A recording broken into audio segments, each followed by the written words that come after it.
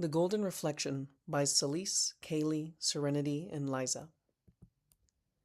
Once upon a time, there was a king who was beloved and admired by all, spite the idea that looking in the mirror every day, he believed that he was in fact not enough.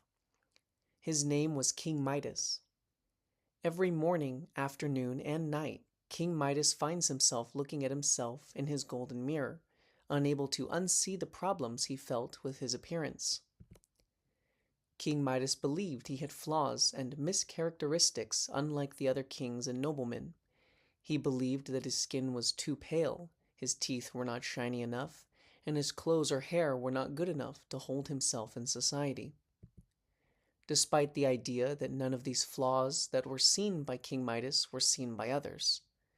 As time went on, King Midas's condition only continued to get worse, leaving himself looking in the mirror more often, constantly grooming his hair, changing his clothes, wearing more gold jewelry, and attempting ways to tan his pale skin and brighten his dull teeth. He tried tanning, which only caused him to burn and turn bright red. With time, other noblemen and even kings started to notice this behavior and even began to ask him why he was constantly worried about his looks. King Midas then told them, "I don't feel perfect enough. My skin is too pale, my teeth are too dull, and my hair and clothes are too out of style." The noblemen and kings looked at King Midas with a blank stare, and they continued to tell him, "There isn't anything wrong with your skin, your teeth aren't dull, and your hair and clothes are perfect." After the fellow kings and noblemen's interaction with King Midas, he continued to feel this way.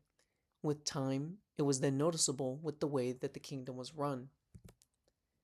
The once social and well-known king soon became secretive, barely seen and barely known, leaving his kingdom to face problems that only a king could fix.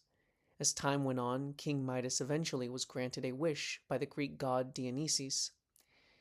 King Midas had asked for the gift of the golden touch in hopes that it would help him to feel better about his appearance.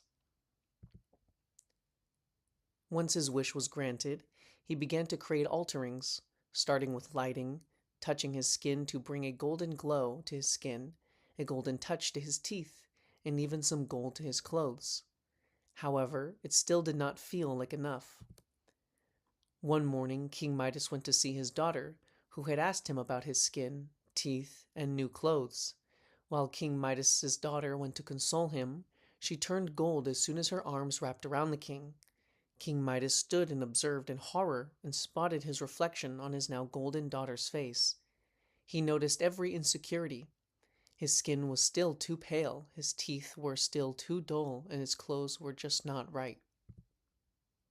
After turning his daughter into gold, King Midas set himself towards the village, to the well-known healer. As he walked into the small hut, he fell to his knees and begged the healer, "Please help me, for I feel my skin is too pale, my teeth are too dull, and my clothes just aren't right."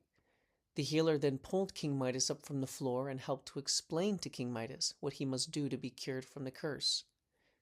He would be required to go to healing sessions once a week to observe his behaviors and understand that he is in fact perfect. King Midas was embarrassed by this idea. However, knowing that it would potentially help him get his daughter back as well, he chose to proceed with the sessions. After 3 long months of sessions, King Midas eventually learned how to live with the flaws he felt he had. He was able to regain social skills he had once lost, regained healthy living habits, and his daughter was no longer gold.